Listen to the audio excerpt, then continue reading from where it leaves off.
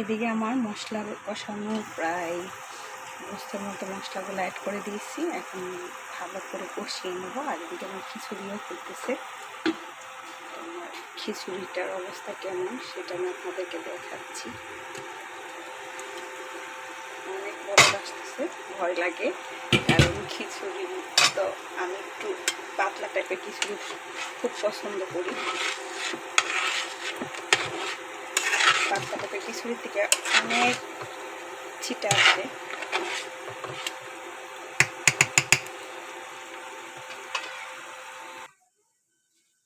Guys, এই হয়েছে আমার খিচুড়ি রান্না, পুরাটাই শেষ। রান্না করা একদম কমপ্লিট হয়ে গেছে। এই যে দেখেন, রাত্রে তো তাই ভালো করে এটা দেখা যাচ্ছে না, একদম ঘন না, একটু ভিজা ভিজা টাইপের।